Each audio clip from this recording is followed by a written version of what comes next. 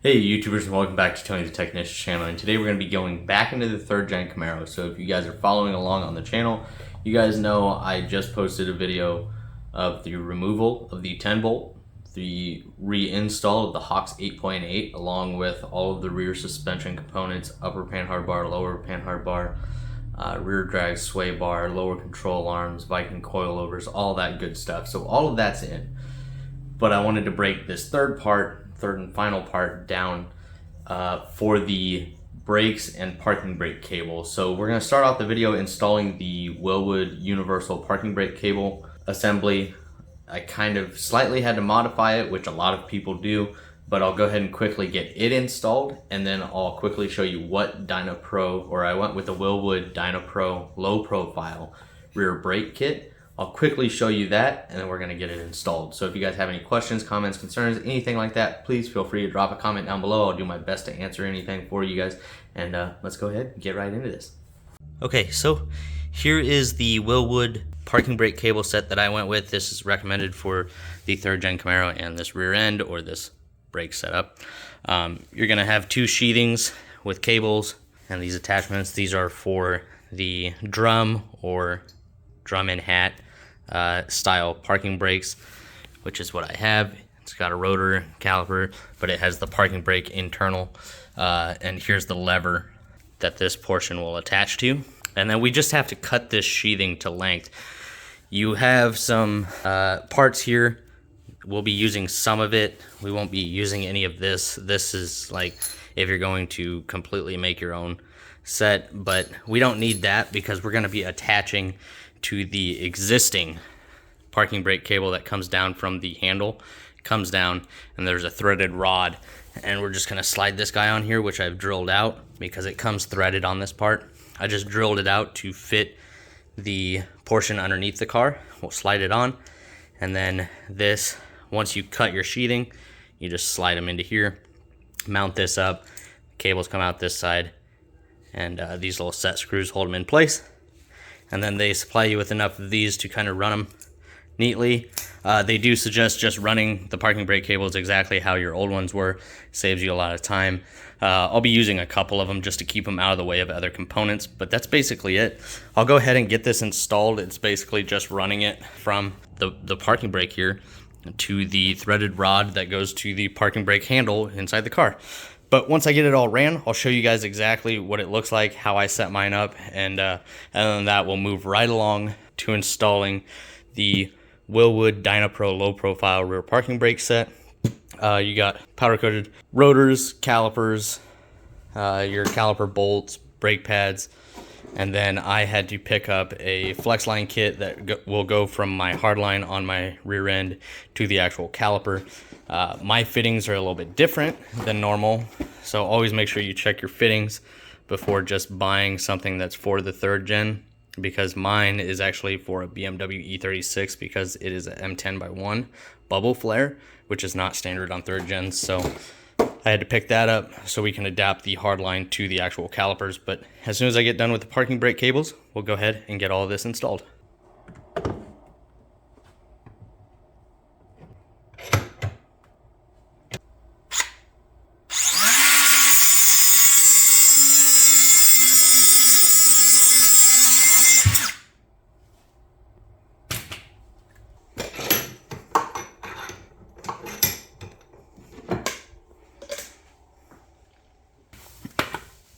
That's all we need. Run this to the rear end side. This side will run up the trans tunnel. So the parking brake cables are installed. The only thing we'll have to do is adjust the drum style parking brakes once the actual brake assembly is on here.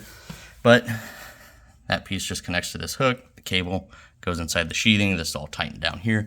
And then I routed it through some of the existing portions where the parking brake cable ran before, but I did kind of change it up a little bit to relieve some of the tension on the line, because you don't want to go kinking this or have too much of an aggressive bend on the sheathing or cable. So there it comes. I have one mount here, same thing on the other side, and it comes to the trans tunnel.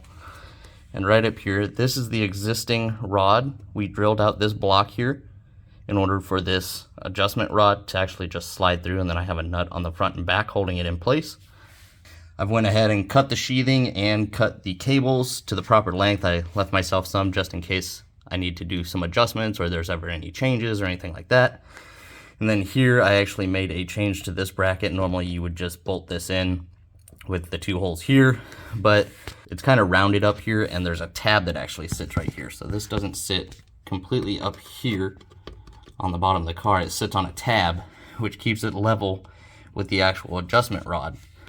So it actually turned out really nicely. So I basically just cut the sheathing to slide in here. You slide these guys in and it keeps this sheathing in place. You lock these down and then you feed your cable through, tighten down these Allen keys or set screws, and then you want to make sure that your parking brake is all the way released when you do this. So the adjustment rod's in the right location and you get this. And now when you pull the parking brake cable, it should pull on this and start pulling the brakes. But first we have to set the tension once we get the brakes installed. But let's go ahead and start installing the rotors and calipers. So I've already unpackaged everything, so you don't have to watch me unbox everything and all that. I'll just quickly show you the part numbers on everything. Obviously I bought mine as a kit. Hawks actually installed the backing plates and drum style parking brake assembly and all of that, because all of that needs to be done before the axles go in. So that's all done already. All we have to do is install this portion, which is extremely easy. But once again, you're going to receive notes in all the boxes basically stating what brake fluid to use. If you have no experience doing this and you don't know what you're doing, do not do it. Have somebody with some experience do it. And then basically remember to always bleed your brakes and check your brakes before driving the vehicle. So we have the caliper here, which I went with the red, the part number, and this is a 4-piston caliper. You have your registration ring, which is basically going to help center and take up the slack between your axle and the rotor, which this will just sit inside. I'll show you that. The rotor itself, which is the black coated, and the part number for it. Then you're going to have your brake pads and your caliper mounting hardware and shims. The only thing that didn't come with the kit was the flex line that I showed you earlier. So let's go ahead and start this assembly. First up, you want to install your rotor. You want to make sure that your parking brake pads or shoes are completely decompressed. It's not going to hinder installing the rotor. Then you have this ring. You have a lip on it. The smaller diameter is actually going to face outwards.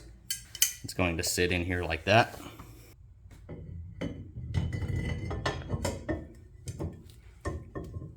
Make sure that sits flush up against your axle flange. Then you want to install a few of your lug nuts. So now that you have the lug nuts installed, it's holding the rotor up against the axle flange. This is where it's going to sit. Now we're going to install the caliper.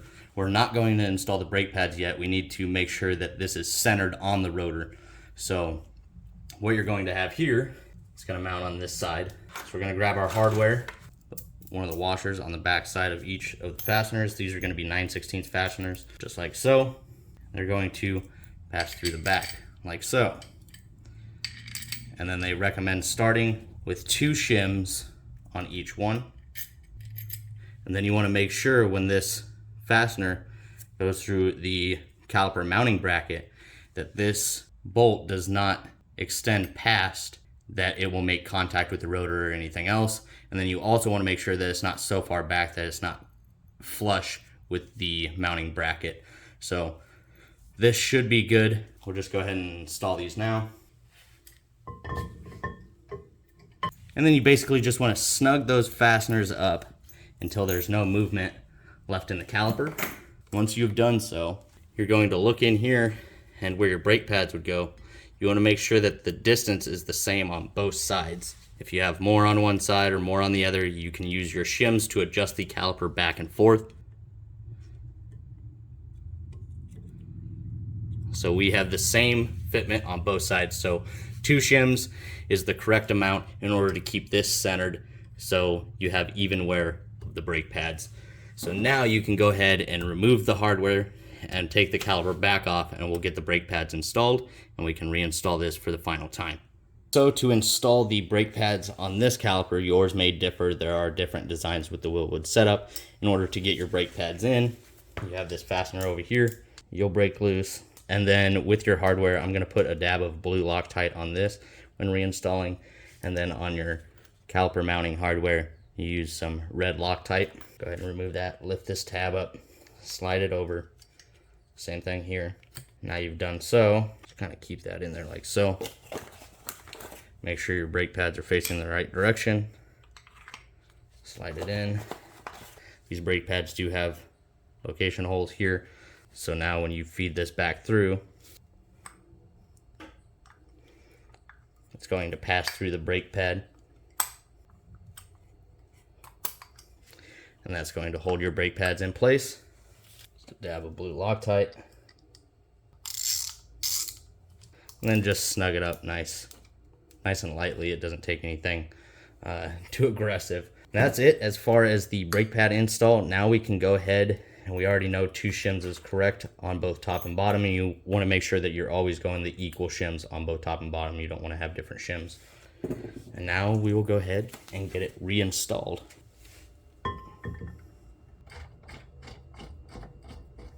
And I've already applied my Loctite to my fasteners. And then you are going to torque these to 40 foot-pounds. Yours may differ depending on the kit that you go with.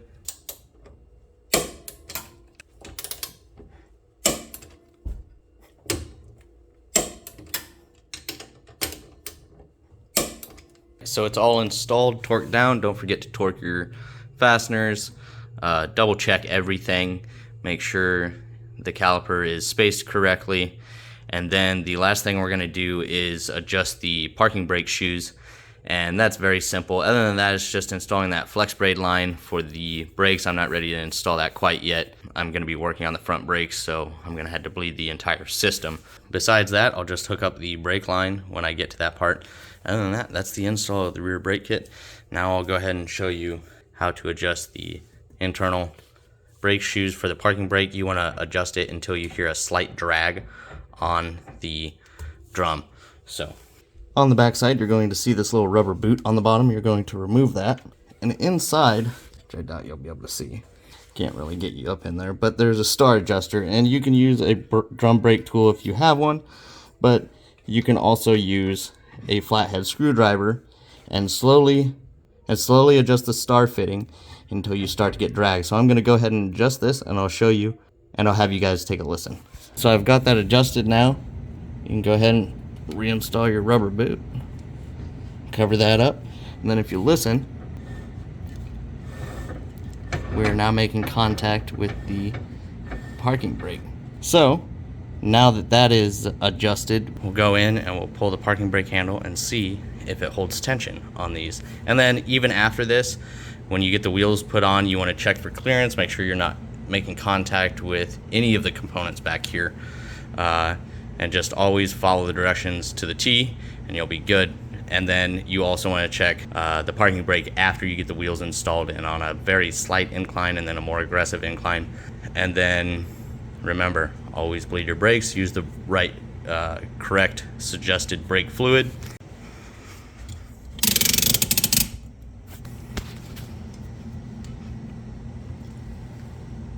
Yep, works. All it's done is pulled this lever forward, release it.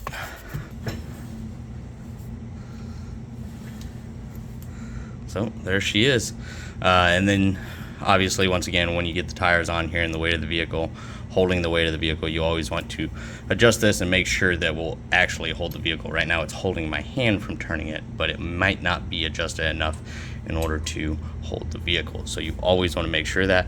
Once again, bleed the brakes, check your torque specs, make sure there's clearance on everything, and that is the install of the rear 4-piston Wilwood brake kit. This is the DynaPro low profile rear parking brake cable, and the reason I went with the low profile, Hawks does offer a large lineup of different brake kits for the rear end.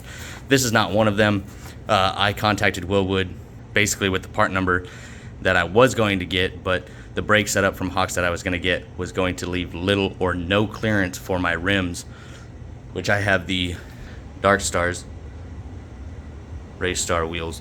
They're 15s on the rear though, and I don't think they were going to clear, so I called Wilwood, got the exact same thing but with a more low profile, a slightly smaller rotor and a lower profile caliper in order to make sure I had clearance on my 15-inch rear wheels.